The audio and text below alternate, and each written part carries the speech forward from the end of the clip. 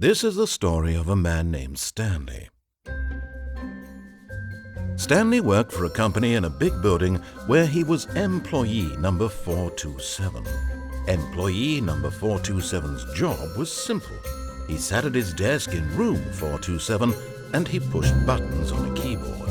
Orders came to him through a monitor on his desk, telling him what buttons to push, how long to push them, and in what order. This is what employee 427 did every day of every month of every year. And although others might have considered it soul-rending, Stanley relished every moment that the orders came in, as though he had been made exactly for this job. And Stanley was happy. And then one day, something very peculiar happened. Something that would forever change Stanley. Something he would never quite forget. He had been at his desk for nearly an hour when he realized that not one single order had arrived on the monitor for him to follow. No one had showed up to give him instructions, call a meeting, or even say hi.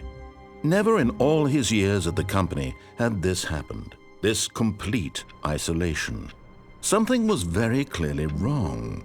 Shocked, frozen solid, Stanley found himself unable to move for the longest time. But as he came to his wits and regained his senses, he got up from his desk and stepped out of his office.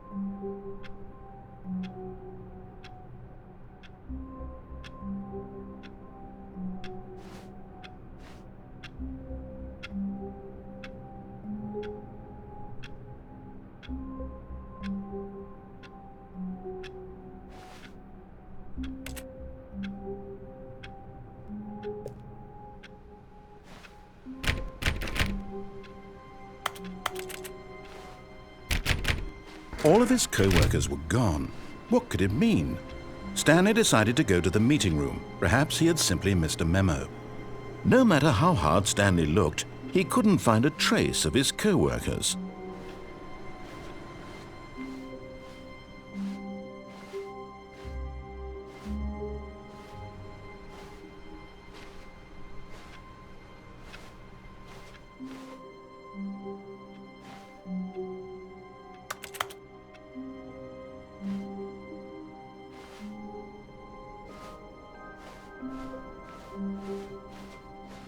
When Stanley came to a set of 2 open doors, he entered the door on his left. This was not the correct way to the meeting room, and Stanley knew it perfectly well. Perhaps he wanted to stop by the employee lounge first, just to admire it.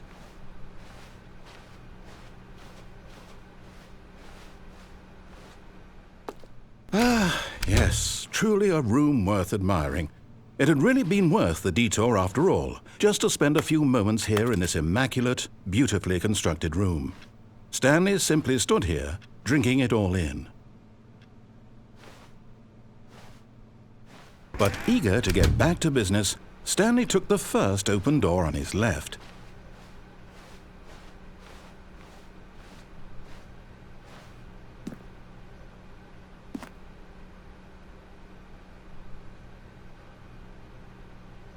Stanley was so bad at following directions, it's incredible he wasn't fired years ago.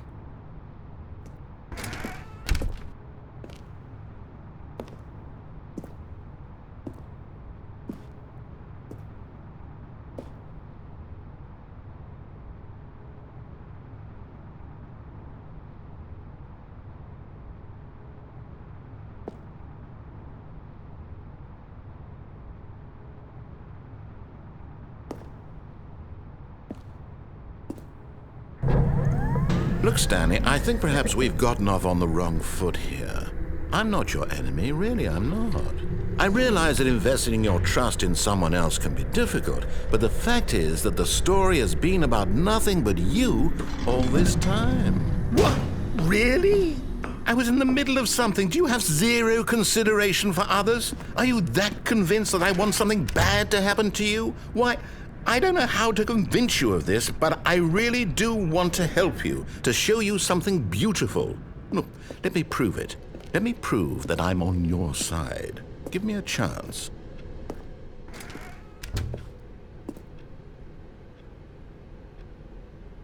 Now listen carefully, this is important. Stanley walked through the red door.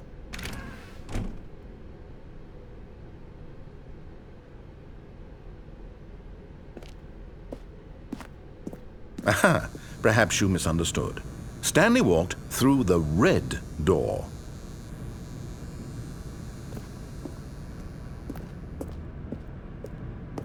I still don't think we're communicating properly. Stanley walked through the red door. All right, fine, go ahead, Stanley. You want to know so badly what's out there? You want to find out what lies at the end of this road you've chosen? Well, don't let me stop you. You see? There's nothing here. I haven't even finished building this section of the map, because you were never supposed to be here in the first place. Broken rooms, exposed developer textures. Is this what you had wanted? Was it worth ruining the entire story I had written out specifically for you? Do you not think I put a lot of time into that? Because I did. And in the end, it was all for nothing, because this is what you wanted to see. Help me here, Stanley. Help elucidate these strange and unknowable desires of yours. What would have made this game better? What did you want to see? Vehicles? Skill trees? Work with me. You've given me absolutely nothing so far. Tell you what. Let me take a stab in the dark at a new design, and you can give me some feedback. There we go. A third option. This already feels leaps ahead of where we were before. Go ahead, Stanley. Take it for a spin.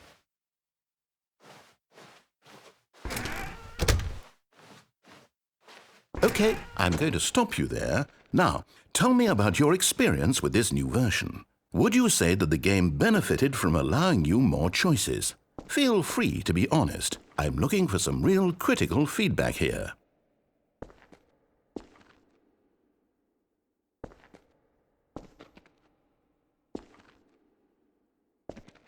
Oh, well, now this is useful. You didn't like it, but you didn't totally hate it either. You enjoyed it, perhaps is the correct term. It didn't cause you excruciating pain.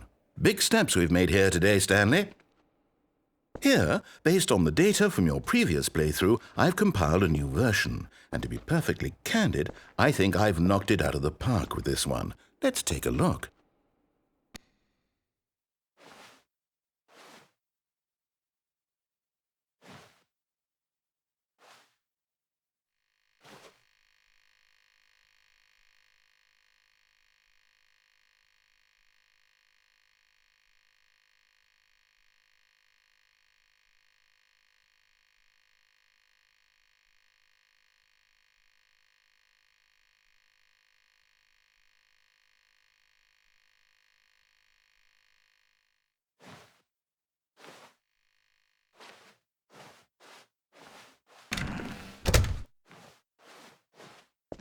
Now, would you say that competitive leaderboard helped you feel motivated to keep walking through doors? Again, honest answers, please.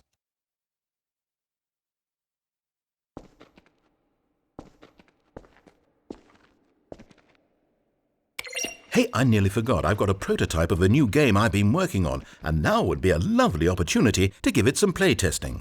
You wouldn't mind taking a look at it, would you? Perfect. Let me boot it up. In this game, the baby crawls left towards danger. You click the button to move him back to the right, and if he reaches the fire, you fail. It's a very meaningful game, all about the desperation and tedium of endlessly confronting the demands of family life. I think the art world will really take notice. But of course, the message of the game only becomes clear once you've been playing it for about 4 hours. So why don't you give it 4 hours of play to make sure it's effective? Be sure to keep notes on your experience.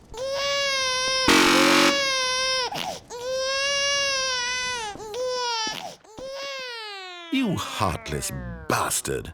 Did you do it because you hate babies or purely to spite me? Because if it's the latter, well, I don't know what to do. I'm completely out of ideas. I can't think of a single thing that might improve the experience for me. I'm not even going to try. I'm out. I'm done. It's over. Thank you for playing. Your input was extremely valuable. Oh, hey, since my game was so awful, why don't we play someone else's game, just to ease the pain? Let's see. What do we have here? Yes, this seems like it'll work. Let's give it a shot.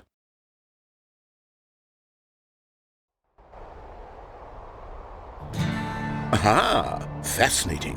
What do you think this game is about, Stanley? What's our backstory? What is our motivation?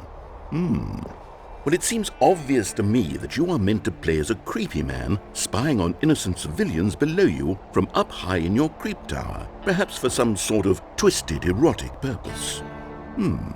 Yes, that must be it. What a fascinating venture into the experience of total mental depravity. So far, I love everything about this game, Stanley, and it seems there's even more. Come, let's venture outward and see what else is out there.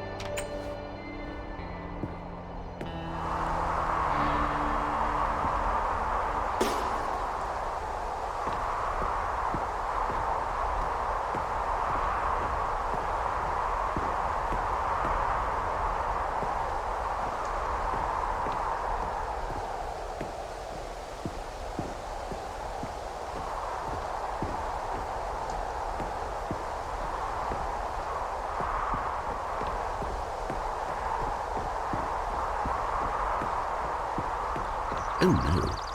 No, it can't be.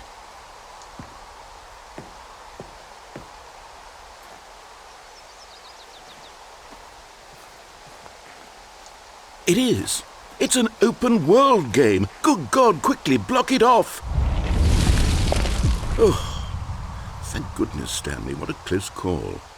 You nearly wandered off into that thing, that big, open, just wandering around, no right or wrong directions, no path to follow. You can just go in any... Oh, thank heavens we avoided it. We're out of the woods now, Stanley. Okay, I'm going to get us out of here. Let's find another game. Preferably something with walls. Something with nice, big, insurmountable walls. Okay, I think this will be just the thing.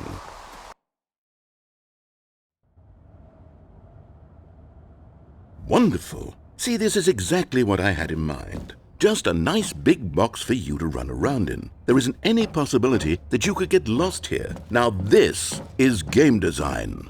Stanley, if you manage to get lost in this game, I will be phenomenally impressed. Okay, so what exactly do we do here? Let's see. There are lots of cars here in the back, but obviously there's no racetrack. Okay, I'm seeing that there's a ball of some kind back here. Is this game sports ball? Stanley, I think it's sports ball. Oh, what fun. We shall run the bases and do a touchdown together? Yes, I think surely we must. Okay, Stanley, here's the ball. Have fun.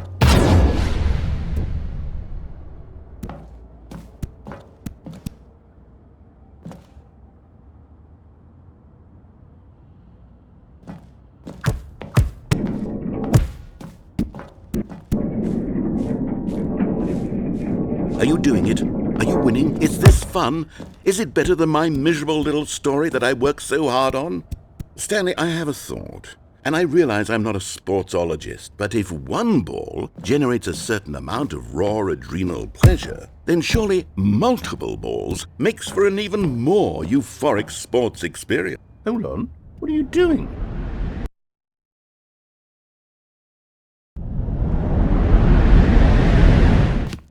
Stanley, don't do that. I can't follow you there. I can't help you. How will you write a story without me? You can't do it. You know that. Stanley, come back.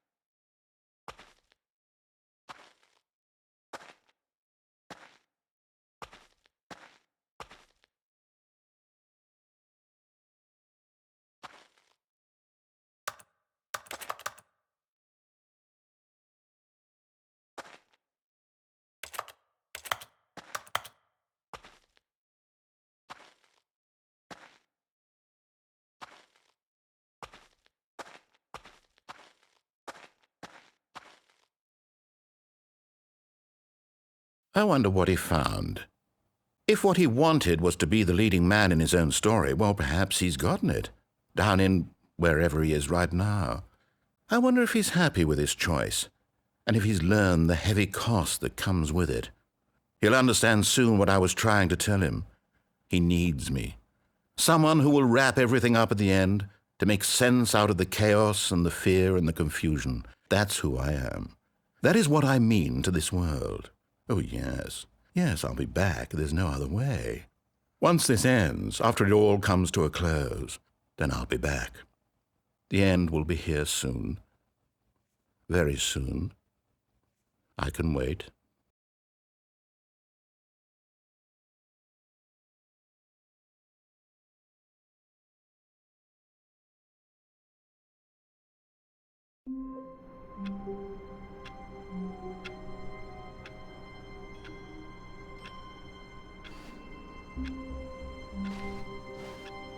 All of his co-workers were gone. What could it mean? Stanley decided to go to the meeting room. Perhaps he had simply missed a memo.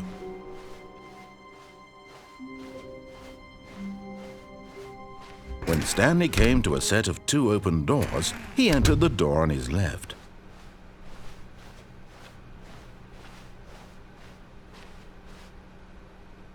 Yet there was not a single person here either.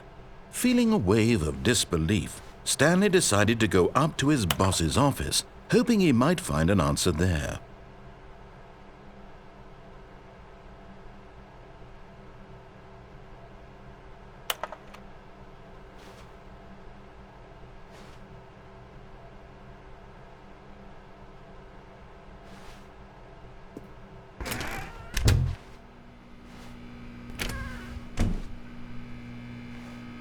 Stanley stepped into the broom closet, but there was nothing here, so he turned around and got back on track.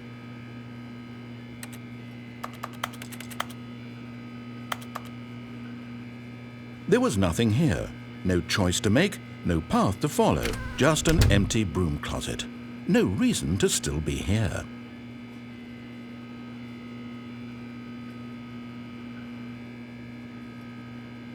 It was baffling that Stanley was still just sitting in the broom closet.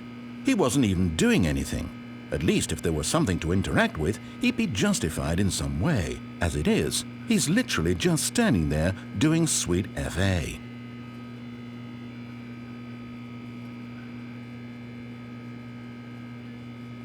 Are you really still in the broom closet? Standing around doing nothing? Why?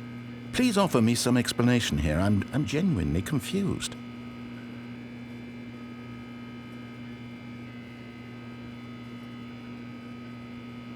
You do realize there's no choice or anything in here, right? If I'd said Stanley walked past the broom closet, at least you would have had a reason for exploring it to find out. But it didn't even occur to me because literally this closet is of absolutely no significance to the story whatsoever. I never would have thought to mention it.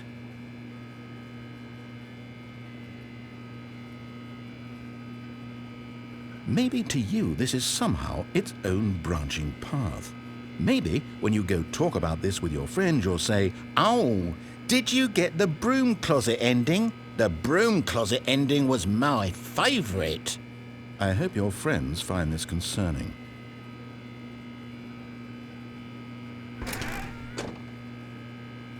Stanley was fat and ugly and really stupid. He probably only got the job because of a family connection. That's how stupid he is. That or with drug money. Also, Stanley is addicted to drugs and hookers.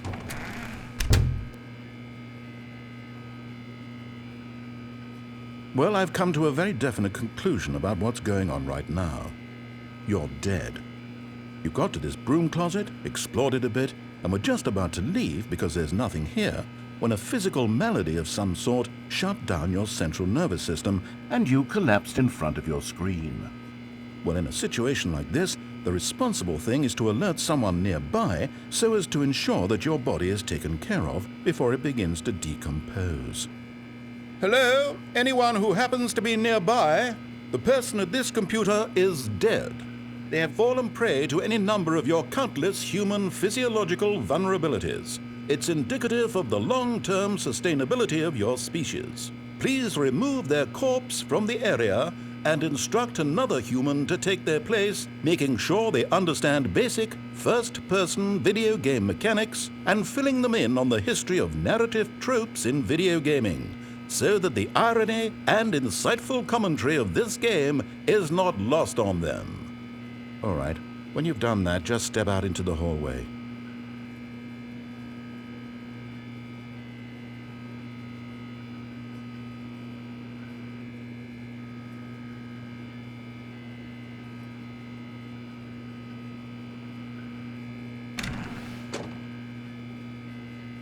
Ah, second player, it's good to have you on board. I guarantee you can't do any worse than the person who came before you.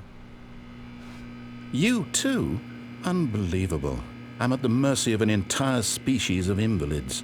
Perhaps there's a monkey nearby you can hand the controls to. A fish? Fungus? Look, you can hammer out the details. I'm not particularly picky. I'll just be waiting for when you're ready to pick up the story again.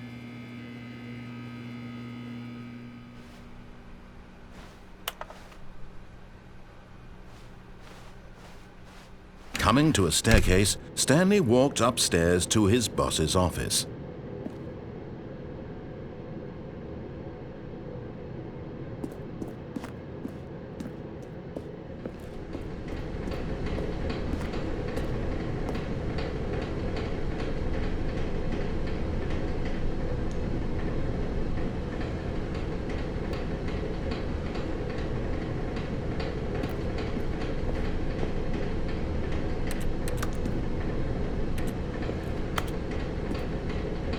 But Stanley just couldn't do it.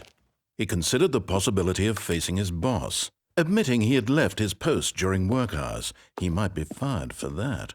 And in such a competitive economy, why had he taken that risk? All because he believed everyone had vanished?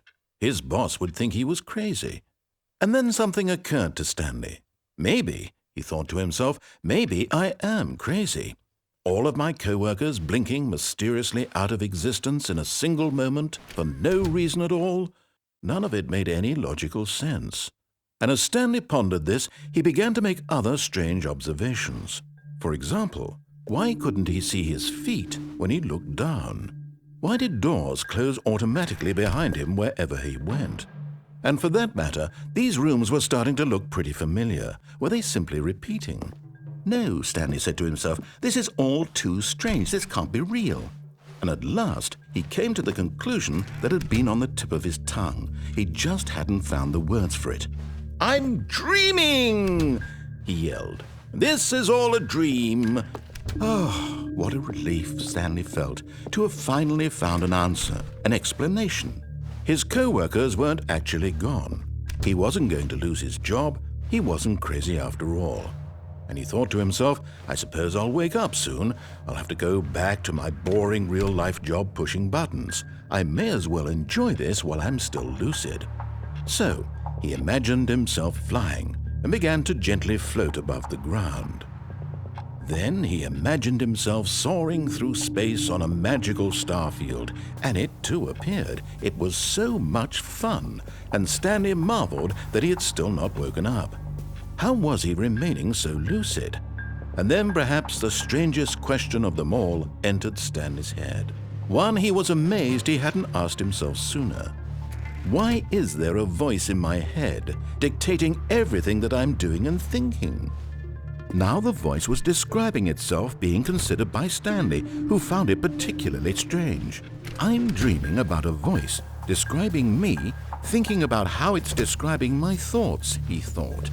And while he thought it all very odd and wondered if this voice spoke to all people in their dreams, the truth was that, of course, this was not a dream. How could it be? Was Stanley simply deceiving himself, believing that if he's asleep, he doesn't have to take responsibility for himself? Stanley is as awake right now as he's ever been in his life. Now, hearing the voice speak these words was quite a shock to Stanley. After all, he knew for certain, beyond a doubt, that this was in fact a dream. Did the voice not see him float and make the magical stars just a moment ago? How else would the voice explain all that? This voice was a part of himself too. Surely, if he could just... He would prove it. He would prove that he was in control. that this was a dream. So he closed his eyes gently, and he invited himself to wake up. He felt the cool weight of the blanket on his skin, the press of the mattress on his back, the fresh air of a world outside this one. Let me wake up, he thought to himself. I'm through with this dream. I wish it to be over. Let me go back to my job. Let me continue pushing the buttons. Please, it's all I want. I want my apartment and my wife and my job. All I want is my life exactly the way it's always been. My life is normal. I am normal. Everything will be fine. I am okay.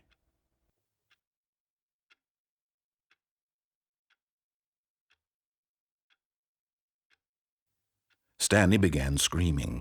Please, someone, wake me up. My name is Stanley. I have a boss. I have an office. I am real. Please, just someone tell me I am real. I must be real. I must be. Can anyone hear my voice? Who am I? Who am I? And everything went black.